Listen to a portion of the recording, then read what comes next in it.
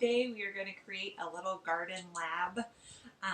For this, we're going to do a few different projects that won't necessarily grow food, but you'll get to see a seed sprout and a potato sprout and maybe a carrot or an avocado if you have these things lying around your house. So a few things that you're going to need is jars, toothpicks, maybe some either gravel or rocks or marbles would be good, some scraps of cloth and paper towels, and a few things from your kitchen.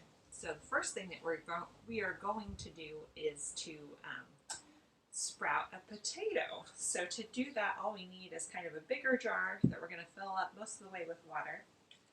And then we take 3 toothpicks and put them into our potato towards the top.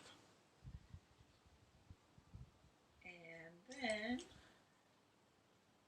all we need to do is to plop that potato down into the jar.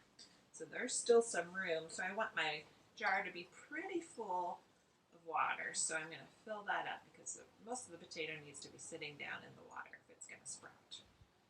So that's too much. So over here. There we go. Just the right amount. So that's filled up all the way to the top. So I've got most of the potato underwater, a little bit sticking out at the top.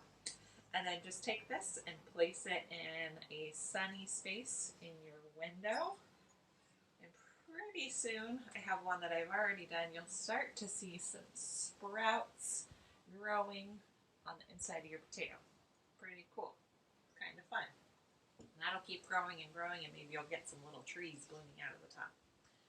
Another thing that you can do is if you have carrot pieces that you've chopped off, if you can leave a little bit of the orange part on the carrot, not just the tip top, but if you can leave a little bit of the orange part on, you can do another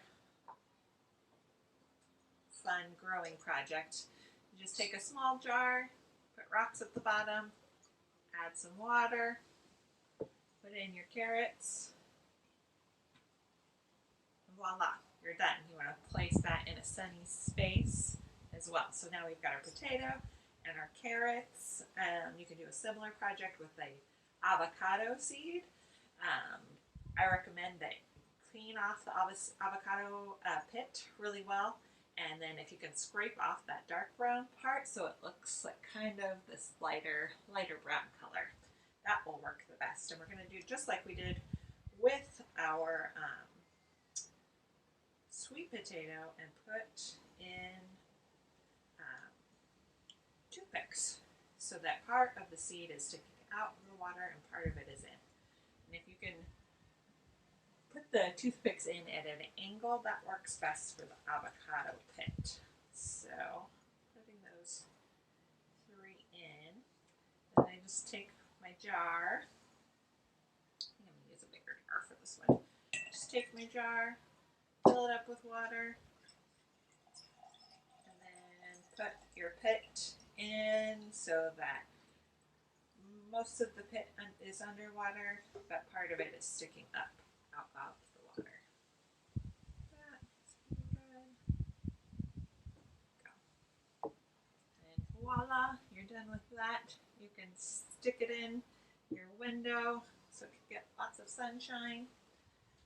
And then the last thing that we're going to do, this one's great if you have 2 jars and both have lids. So we're going to do a little bit of a comparison with these 2.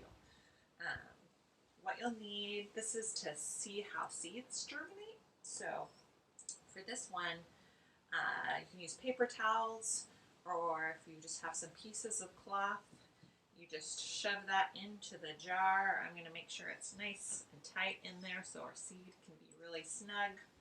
And then I'm going to I have a dried pea, and it's a big seed, but it's a zucchini seed that's rather large. The larger the seed, the more you'll be able to easily see it.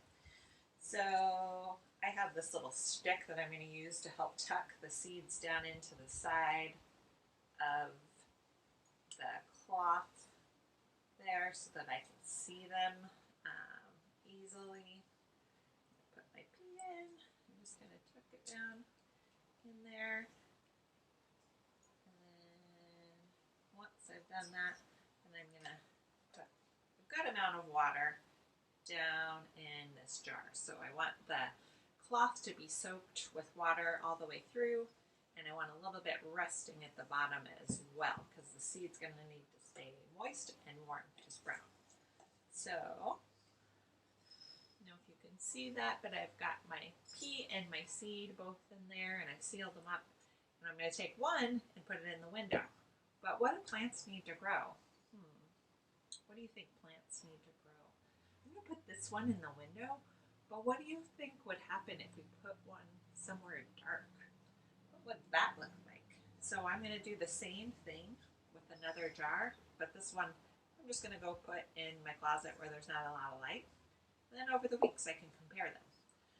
So those are a few things that you can do to grow a little lab garden in your kitchen or in your room, if that's okay with your grown-up. Watch what happens over time. You can take a picture every day of what your plants are doing and then compare them over time. I would suggest maybe drawing a picture of how you think the seed will sprout, and or use a tape measure or ruler to chart your sprouts progress over time. But be sure to pay special attention to the two that you're comparing. Use the same types of seeds and same amount of water and same size jar, and put one in the window and put one in the dark, and then compare the two. See what happens. I hope you have fun with growing your little garden labs, and we'll see you next time. Bye, friends.